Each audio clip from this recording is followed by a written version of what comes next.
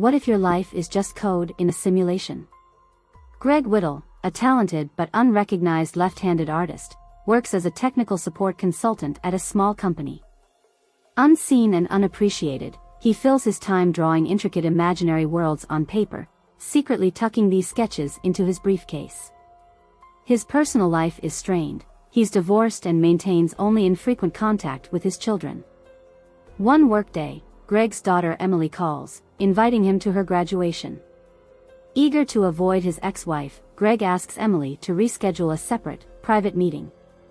Their call is interrupted by work demands and a colleague delivering a message from his boss. Already frustrated, Greg discovers his pill pack is empty, and the pharmacy won't authorize a refill without a new prescription, further darkening his mood. Rushing out, Greg forgets his wallet and goes to his boss's office, only to be abruptly informed that he is being fired due to repeated mistakes. The news shocks Greg into a momentary freeze. When his boss attempts to bring him back to the present, Greg reacts impulsively, shoving him. His boss falls, striking his head on the table and losing consciousness. Panicked, Greg drags the unconscious body to the window, attempting to conceal it behind the curtain by hooking the boss's shirt on the window handles. He then informs the secretary that his boss is unavailable. Greg leaves and seeks refuge in a bar to calm his frayed nerves. At the bar, he attracts the attention of a mysterious woman named Isabel. She beckons him over, claiming to know everything about his current predicament and offering help, but with a condition. Isabel asks Greg to retrieve a talisman from her ex-boyfriend in the restroom. Confused but compliant, Greg retrieves the item and returns to Isabel. When Greg demands answers about her identity and knowledge of his boss, Isabel reveals a reality-shattering truth: everything around them is an illusion, a simulation, and only she, Greg, and the ex-boyfriend are truly real. Everyone else is part of the simulated world. To prove her claim, Isabel seemingly uses powers to manipulate reality, making it appear as if Greg's boss accidentally fell out of the window, thus absolving Greg of any suspicion. She advises him to establish an alibi with his coworkers and remain out of sight while the accidental death is investigated. Greg follows Isabel to a hideout, which turns out to be a homeless camp on the city outskirts. By evening, Greg learns that his boss's death has indeed been ruled an accident, and there are no suspects. Despite the opportunity to leave, Greg feels an inexplicable compulsion to stay with Isabel and understand more about her and this strange reality she presents. Isabel reveals a new ability Greg possesses: he can light candles with his mind, explaining that only people originating from the real world can do this. Over dinner, Greg shares his dreams with Isabel, showing her sketches of a house by the sea and a girl who bears a striking resemblance to her. Isabel responds with a startling admission: in another, real world, they are together. Meanwhile, Emily, concerned about her father's silence, enlists her brother Arthur to help find him. However, Arthur, weary of Greg's ongoing issues, refuses to get involved. Greg continues to spend time with Isabel. They visit a roller skating rink and consume golden crystals that Isabel claims amplify their powers. Using their enhanced mental abilities, they playfully cause minor havoc outside the rink. Greg then notices a police car passing by, containing someone who looks exactly like him. He also observes two homeless individuals now occupying the exact spot where he and Isabel had just been standing. Shortly after, Greg is arrested and spends several hours in jail. Isabel waits for him outside, and upon his release, they celebrate with a meal. Emily persists in her search for Greg, visiting various locations he might frequent. At a cafe, Greg realizes he is short on cash. Before he can ask Isabel for assistance, she abruptly jumps into a stranger's car and drives away, leaving him bewildered and unaware of her destination or purpose. His son spots him in this distressed state. A waiter, mistaking Greg for a regular, hands him a bag of expired food. As Greg is about to eat, Isabel suddenly reappears. They share the meager meal together, but Isabel offers no explanation for her sudden departure.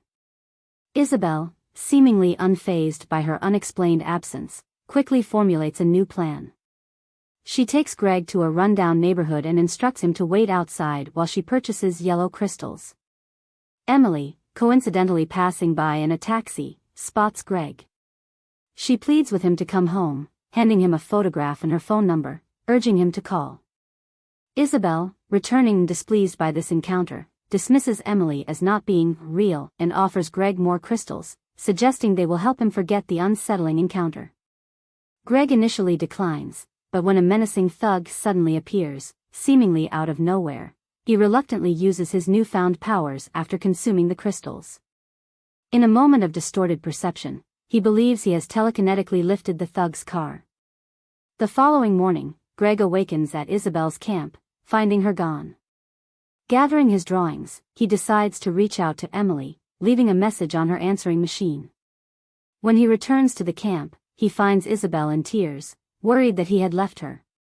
She implores Greg not to contact Emily again, fearing it will disrupt their carefully constructed reality. To further convince him that their world is indeed real, Isabel offers him blue crystals and unveils a device she claims can transport them to the real world, promising it will unlock Greg's true memories. Greg takes the blue crystals and uses the device, inserting it into his nose as instructed. In an instant, he awakens in a sterile, high-tech secret laboratory. He realizes the shocking truth: he and Isabel are actually scientists working on a groundbreaking project, a memory tank designed to transport people into a meticulously crafted parallel reality. The project's underlying purpose is to allow individuals to experience a harsh and difficult simulated life, ironically intended to make them better appreciate their own ideal world. Now, the scientists need to return to their actual reality, but Greg feels profoundly disoriented, his memories fragmented and unclear. He struggles to recognize a photograph of his own daughter, finding no sense of familiarity in Emily's image.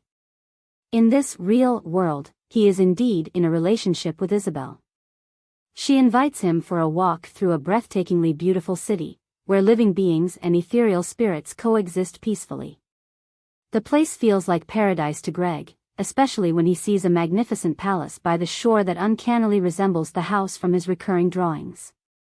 Nearby, Isabel shows him an observatory where they can stargaze. Yet, the entire experience feels dreamlike and detached, and Greg cannot recall ever being in such a place. While Greg revels in this seemingly perfect world, Emily continues her relentless search for her father, deeply determined to help him. Meanwhile, Greg, convinced he has finally found his true home, believes he no longer needs help. He encounters a thought visualizer, a device he himself apparently invented, though he has no memory of its creation. The machine projects his thoughts onto a screen, manifesting as vibrant, colorful images. Their newfound joy is short-lived. Isabel abruptly announces they must return to the simulation, to protect this perfect world from unspecified threats that had previously endangered it. Greg, unwilling to leave paradise, persuades her to stay just one more day to fully enjoy this beautiful world where he finally feels truly free and happy. They spend the day living life to the absolute fullest, relaxing on a luxurious yacht, swimming in crystal-clear waters, strolling hand in hand through the idyllic city, and attending a grand, opulent party. At the party, an older, distinguished man approaches Greg, mentioning that Isabel's research is not yielding the anticipated results. He advises her to reconsider her strategy, suggesting that her device, intended to transport people to the harsh simulation world, is not functioning correctly. Isabel becomes visibly enraged by this criticism, but Greg manages to calm her down, and they attempt to resume enjoying the celebration. Suddenly, Emily appears in the distance, like a spectral figure, observing everything but unable to physically reach her father. The following morning, Isabel becomes insistent on returning to the simulation to continue her experiment and, more importantly, to prove her theory correct. Greg desperately tries to convince her that they don't need to go back. She could simply claim success and gain widespread recognition for her innovative methods during an upcoming interview. However, during this interview, something goes terribly wrong. Greg's personality seems to fracture and split. One part of him begins saying unsettling, disjointed things that deeply alarm his real self. Greg's doubts about the reality of their perfect world intensify when he sees Emily's ghostly figure again at the party. He impulsively chases after her, and when he finally catches up, Emily delivers a devastating truth: The perfect world isn't real. It's a fantasy, a carefully constructed illusion that Greg himself has created. She reminds Greg that he has two children who desperately need him in the real world, urging him to make a choice between them and this alluring but ultimately false paradise. Suddenly, everything around Greg begins to blur and distort. People from the simulation inexplicably begin appearing in this supposed perfect world, chanting loudly and incoherently. In the ensuing chaos, a surging crowd forcefully pulls Isabel away from Greg. Desperate to save her, Greg consumes several yellow crystals, using his now enhanced strength to push his way through the panicked crowd. They manage to escape the increasingly nightmarish party, but the once perfect world now seems significantly less idyllic, its flaws and artificiality becoming glaringly apparent. As the world continues to destabilize and shift, becoming increasingly dangerous and unpredictable, the scientists struggle to return to their laboratory and resume their designated positions. Isabel's assistant manages to activate a device that abruptly transports them back to the bleak, desolate outskirts of the simulated city.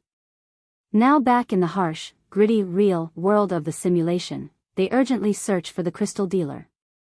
While Isabel attempts to locate his address, Greg unexpectedly spots his boss, alive and seemingly unharmed, surrounded by office staff. No one offers any explanation for this impossible resurrection. Isabel, sensing danger and wanting to avoid police involvement, pulls Greg away. They decide to steal a car and drive to the crystal dealer's location. Upon finding him, Isabel, in a desperate attempt to return to the perfect world, violently destroys the dealer, hoping he will reawaken in that other reality. Returning to their makeshift camp, they finalize their plan to use the blue crystals to return to the paradise world. However, they discover a devastating setback. There is only one batch of blue crystals remaining, insufficient for both of them to transfer together. As the sound of approaching police sirens grows louder, they desperately try to decide what to do. In a moment of despair and self-sacrifice, Greg asks Isabel to destroy him, believing that death in the simulation will allow him to escape this harsh world and finally find true freedom. Just then, Emily arrives, rushing onto a nearby bridge and calling out to her father. Police officers pull Emily back towards their car, preventing her from reaching Greg. But hearing his daughter's voice, something shifts within Greg. He abruptly changes his mind. He tells Isabel to save herself, making the agonizing choice to remain in this difficult, imperfect world, despite all its hardships. Isabel, understanding his decision, kisses Greg goodbye and walks towards the approaching police, creating a diversion to distract them and allow Greg to slip away unnoticed. Greg runs through the streets, desperately searching for help and a way out of his predicament. Eventually, he stumbles upon a sign that reads, "Safe Harbor, a rehabilitation center for the sick and addicted." He joins a support group within the center but remains silent and withdrawn, unsure of how to even begin sharing his extraordinary and bewildering story. Finally, in a moment of vulnerability, Greg takes out the photograph of Emily that she gave him. He confesses to the group that he doesn't remember her, but desperately wants to believe that she is truly his daughter. Months later, Emily waits for her father in a park near the rehabilitation center. Greg approaches, carrying a bouquet of flowers, a symbol of hope and reconciliation. They meet, hopeful for a new beginning together. This is where the movie concludes, leaving their future uncertain but hinting at the possibility of healing and reconnection in the real world.